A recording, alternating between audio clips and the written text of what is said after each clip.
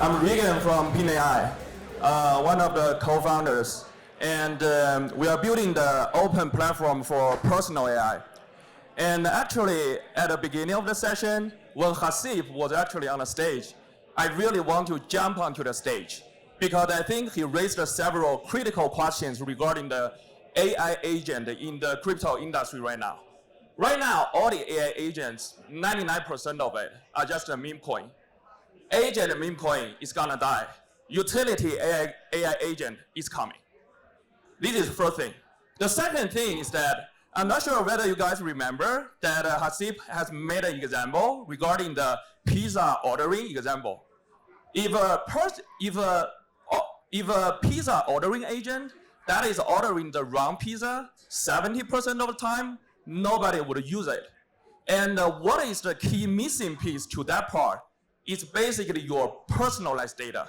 Because the agent needs to know what type of pizza you like, and how big is it, what is your price range for the pizza, and in that way, the pizza would be the appropriate one for you.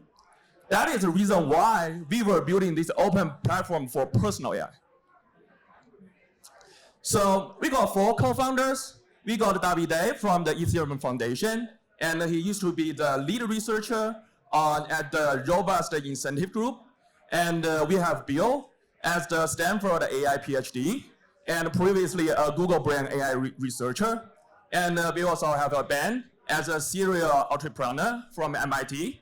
The first company he built was acquired by Baidu.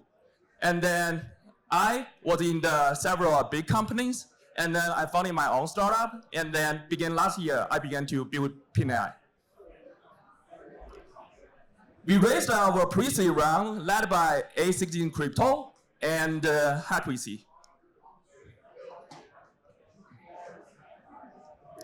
So, personal AI is coming. If you guys have ever read the announcement from NVIDIA, NVIDIA is going to announce and release a project called Digits beginning this June. So essentially, that's a super intelligent personal intelligence workstation within home. We were building the personal AI that enables you to really delegate the task to your personal AI, and that can help you deliver tasks and increase the efficiency. So I think many people may have the impression that the personal AI will actually emerge from like a big tech, just as like a ChatGPT for the aha moment. But is that really the case? For all the big tech, no matter it's like Meta, Apple, or Google, the only data that they can access is actually the application with their own categories, which means that the data they have is actually siloed. And also, due to all kinds of data regulations, as like a GDPR, the company wouldn't be able to use the data to really serve you. And also, because of these different business silos, they won't be able to unite the data together to really build a personal AI. Which means that partial personal data means the partial personal AI. It's not a truly full-fledged personal AI unless we get all the data together from all different sources that enable us to build a really useful, capable, and meaningful personal AI.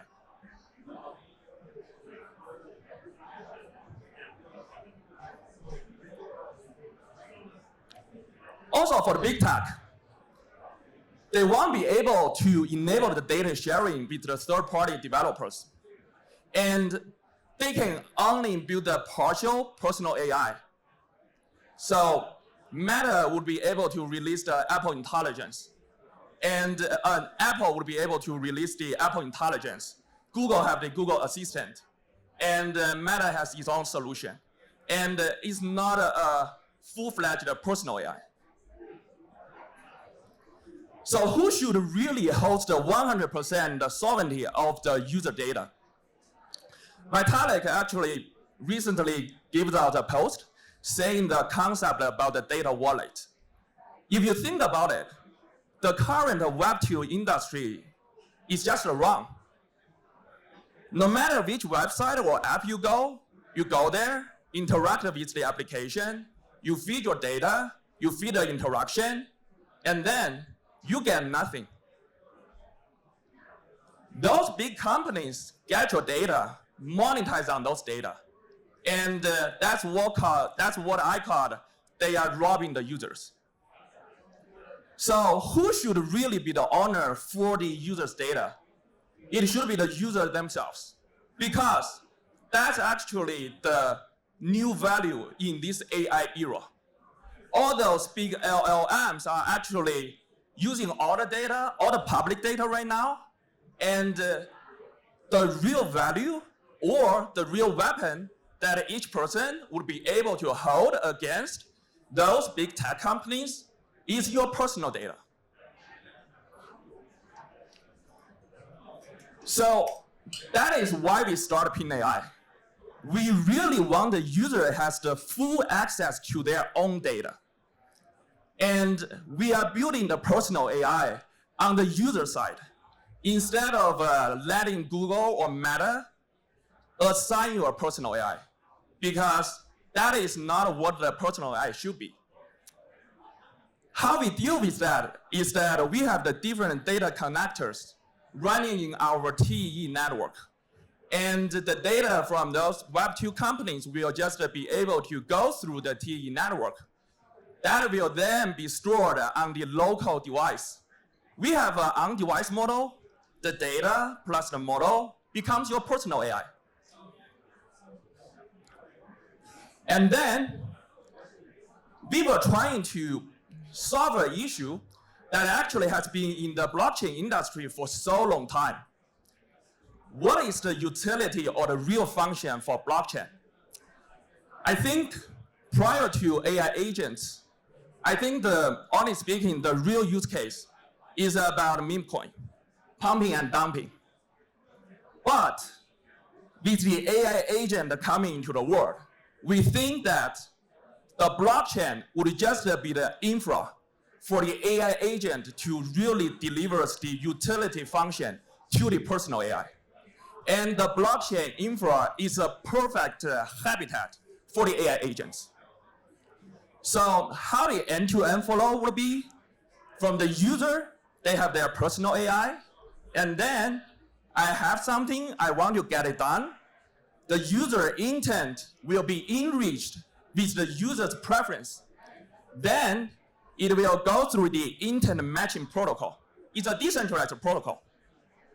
Through the agent discovery process, it will be able to find the agent that is registered on the Ping AI ecosystem, and then we will do a match between the AI agent and the personal AI.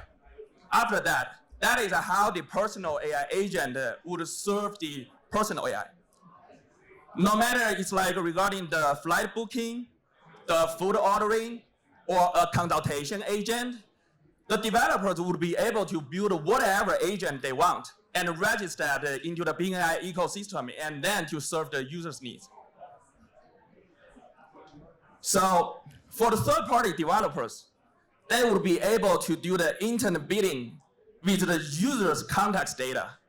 In the Web2 world, the developers doesn't have the luxury to do that because it's all controlled by those big tech companies.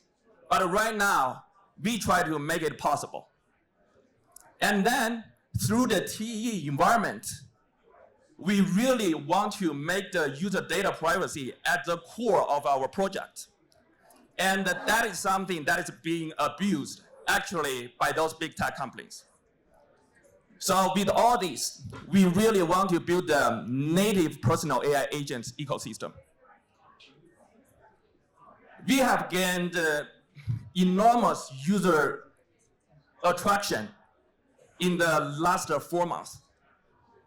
Ever since our mini app launch in Telegram, we crossed 100K users in the first 5 days. And till now, we got 2.5 million users in our community.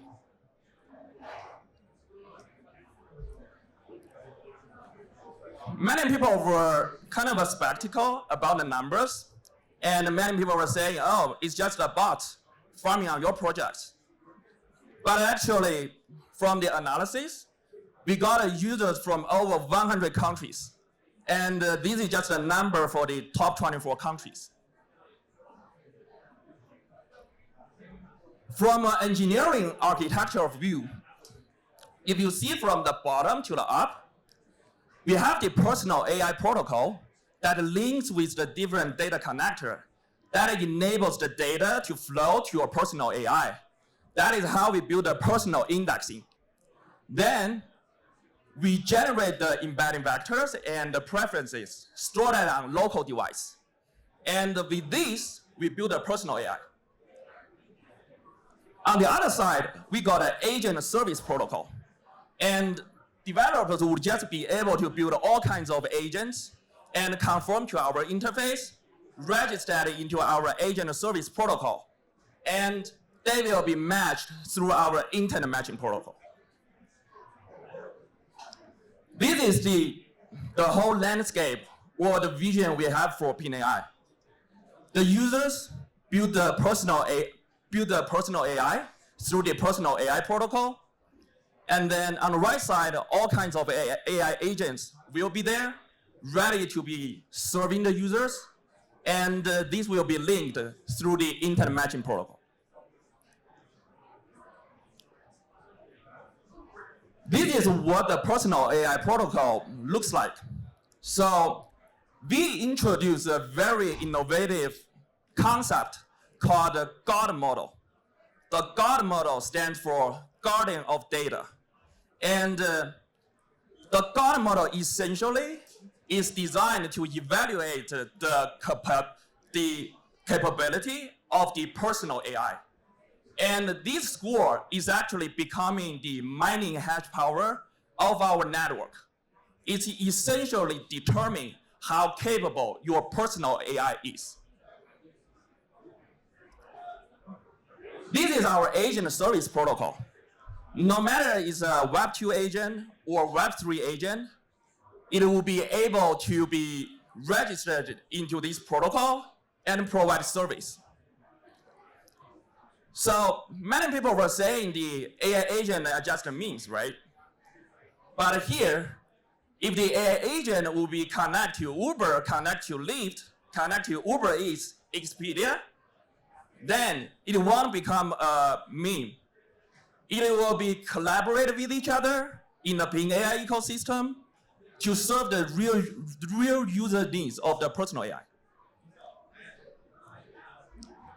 So we are here actually to disrupt the whole industry. I think previously there was a fancy term called Ethereum killer. So what we are building is actually Google killer.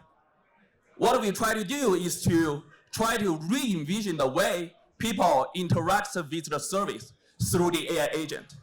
And we want to kill Google. All right, thanks.